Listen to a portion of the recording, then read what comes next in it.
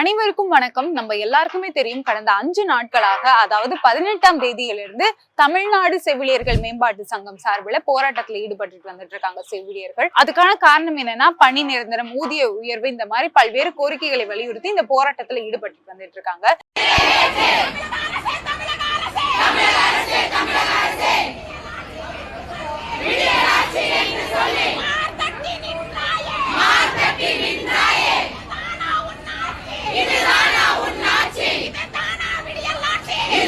இந்த நிலையில இவங்கள்ட்ட பேச்சுவார்த்தை நடத்த போவதா நிர்வாக அதிகாரிகள் கூட சொல்லியிருந்தாங்க. இது ஒரு பக்கம் இருந்தாலும், இன்னொரு பக்கம் அரசு அதிகாரிகள், ஆசிரியர்கள் கூட இந்த மாதிரி கோரிக்கைகளை வலியுறுத்திட்டு இருக்காங்க. இதுக்கான காரணம் என்னன்னா, திமுக அரசு ஆட்சிக்கு வர்றதுக்கு முன்னாடி நாங்க இந்த மாதிரி ஆசிரியர்கள், அரசு அதிகாரிகள், இந்த மாதிரி பணி சேவையில இருக்கவங்க எல்லாருக்குமே ஊதிய உயர்வு, பணி நிரந்தரம், இந்த மாதிரி விஷயங்கள்லாம் செஞ்சு தரோம் அப்படின்னு மு.க. ஸ்டாலின் அவர்கள் வாக்குறுதி கொடுத்திருந்தாரு. ஆனா அவரோட ஆட்சி காலமே முடிஞ்சு 5 ஆண்டு முடிஞ்சு இப்போ அடுத்த தேர்தலே வரப்போது இன்னுமே அவரோட வாக்குறுதியை நிறைவேற்றல. இதனால அரசு அதிகாரிகள், ஆசிரியர்கள், அந்த சங்க நிர்வாகிகள் எல்லாமே எங்களோட கோரிக்கையை நீங்க நிறைவேற்றணும் அப்படின்னு சொல்லி வலியுறுத்தி இருக்காங்க.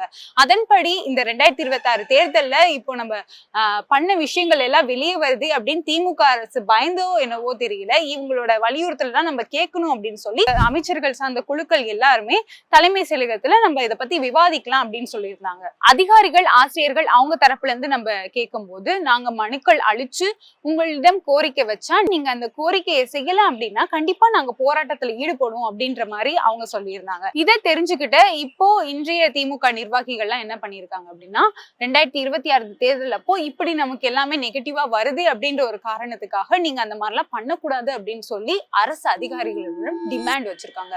என்ன அப்படின்னா, நீங்க மனுக்கள் எங்கள்கிட்ட கொண்டு வரீங்க அப்படின்னா எந்த சத்தமும் இல்லாம அமைதியா எந்த கோஷமும் போடாம எங்கள்கிட்ட நீங்க கொடுக்கணும். அது மட்டும் இல்லாம மனுக்கள் நீங்க எங்கள்கிட்ட கொடுக்கும்போது கருப்பு உடையோ, கருப்பு பேட்சோ, இந்த மாதிரி எதிர்ப்பு தெரிவிக்கிற இந்த விஷயங்கள் எல்லாம் நீங்க பண்ணக்கூடாதுன்னு டிமாண்ட் வச்சிருக்காங்க. அதாவது திமுக அரசு கொடுத்த வாக்குறுதியை தான் மக்களானவங்க கேட்கிறாங்க. ஆனா அவங்க கேட்டுமே கொடுக்காத பட்சத்துல நாங்க போராட்டத்துல ஈடுபடுவோம் அப்படின்னு சொன்னாலுமே அவங்கள நீங்க போராட்டத்துல ஈடுபட்டீங்கன்னா உங்களுக்கான கடுமையான நடவடிக்கை எடுக்கப்படும் சொல்லி அவங்கள கடுமையா மிரட்டுறது ரொம்ப தப்பான பார்வையா மக்களிடமே பார்க்கப்பட்டு வந்துட்டு இருக்கு. 2026 தேர்தல் நெருங்கி கொண்டுட்டு இருக்க சூழல இந்த மாதிரி மக்களுக்கு, பாமர மக்கள்ல இருந்து அரசு அதிகாரிகள் வரைக்கும் இந்த திமுக ஆட்சினால எல்லாருமே பாதிக்கப்பட்டு வந்துட்டு இருக்காங்க. அதுக்காக ஒவ்வொரு எடுத்துக்காட்டை நம்ம நாளுக்கு நாள் பார்த்துக்கிட்டே தான் போறோம். இப்படி பல பேர் பாதிக்கப்பட்ட சூழல்ல இந்த தேர்தல் கண்டிப்பா ஒரு மாற்றம் கொடுக்கும் அப்படின்னு சொல்லி மக்கள் தரப்புல இருந்து பேசப்பட்டு வந்துட்டு இருக்கு.